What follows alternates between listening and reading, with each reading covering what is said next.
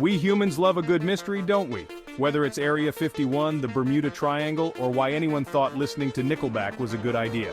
But today, we're diving headfirst into a place shrouded in more secrecy than a squirrel's nut stash, North Korea. Buckle up, Buttercup, because we're about to uncover some of the most bizarre, baffling, and frankly hilarious secrets this isolated nation has to offer.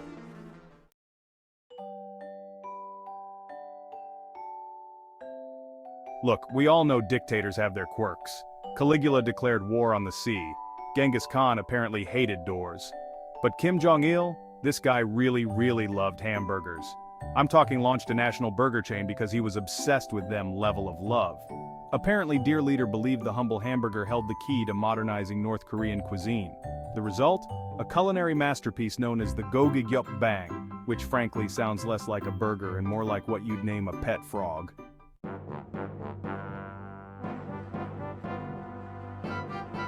You know how you might occasionally complain about having 500 channels and nothing to watch? Spare a thought for the fine folks of North Korea, who have a whopping 3. That's right, just 3 state-run channels pumping out a delightful cocktail of propaganda, military parades, and the occasional cooking show, probably featuring Kim Jong-un's favorite casserole. I can't confirm if Keeping Up with the Kims is on the lineup, but let's be honest, it probably wouldn't be that different from the real thing.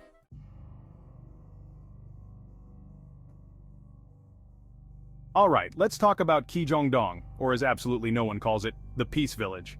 This place is fascinatingly creepy. North Korea claims it's a bustling town with happy families, productive workers, and more amenities than a luxury hotel minibar. However, look a little closer or, use Google Earth and you'll see something truly bizarre. The lights are on a timer, the buildings are mostly empty shells, and those happy families are more staged than a high school musical.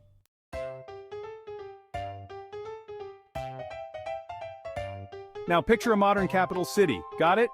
Good. Now remove every single traffic light, that's Pyongyang, folks. Instead of relying on those helpful red, yellow, and green guardians of the intersection, North Korea employs a far more theatrical approach. Traffic ladies, dressed in snappy uniforms, direct the sparse traffic with a flourish and precision that would make a symphony conductor jealous. It's like a ballet, but with less tutus and more ladas.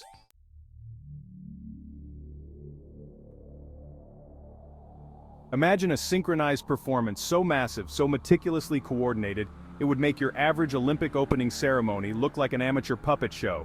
That, my friends, is the Arirang Festival. We're talking tens of thousands of performers, intricate formations that would make a kaleidoscope jealous, and a healthy dose of propaganda woven into the dazzling spectacle.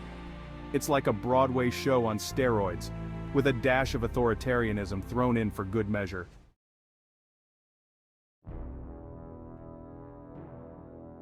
Alright, let's talk about North Korea's idea of family bonding, shall we? They have this little policy called 3 generations of punishment, which is basically a buy one get 2 free deal, except instead of lattes, it's prison sentences. You commit a crime, boom, you're in. But wait, there's more. Your parents and children get a free ticket to the gulag as well. It's like a twisted family reunion you can't get out of. In most countries they say the sins of the father, but North Korea's like, nah, screw that. Let's throw the grandkids in there too, for good measure. It's enough to make you want to call your family and apologize for that time you stole a cookie from the cookie jar.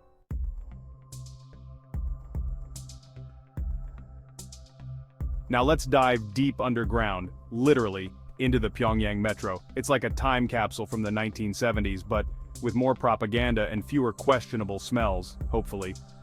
This metro system is shrouded in secrecy, mostly because they don't want you to know how deep those tunnels actually go. Rumor has it they're so deep they could double as a nuclear bunker. I mean, I'm not saying they're planning anything, but if you're ever in Pyongyang and you hear an air raid siren, find the nearest metro entrance. Just saying.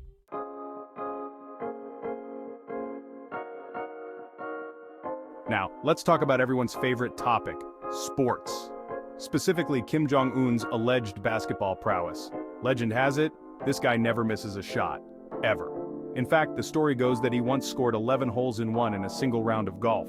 You might be thinking, wait, 11 holes in one? That's more holes in one than there are holes on a golf course. And you would be right. But logic doesn't apply when you're the supreme leader of North Korea, apparently.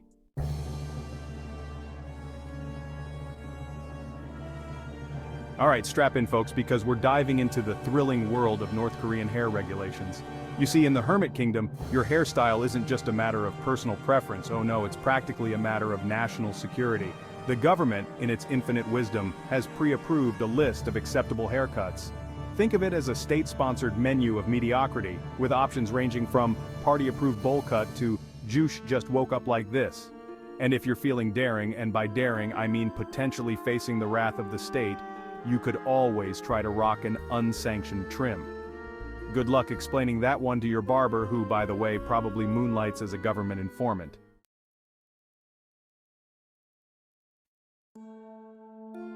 And now we arrive at our final destination, a towering monument to unfulfilled dreams and questionable architectural choices, the Ryugyong Hotel. This, my friends, is not just a hotel, it's a 105-story metaphor for the entire country. Construction began in 1987, presumably with the goal of being the world's tallest hotel, because why aim for the middle when you can aim for the sky and then just kind of stop? For years, this concrete behemoth stood empty, a silent testament to grand ambitions and even grander failures. They eventually finished the exterior in 2016, but to this day, nobody has ever actually stayed there. It's like a giant, incredibly expensive Potemkin Inn.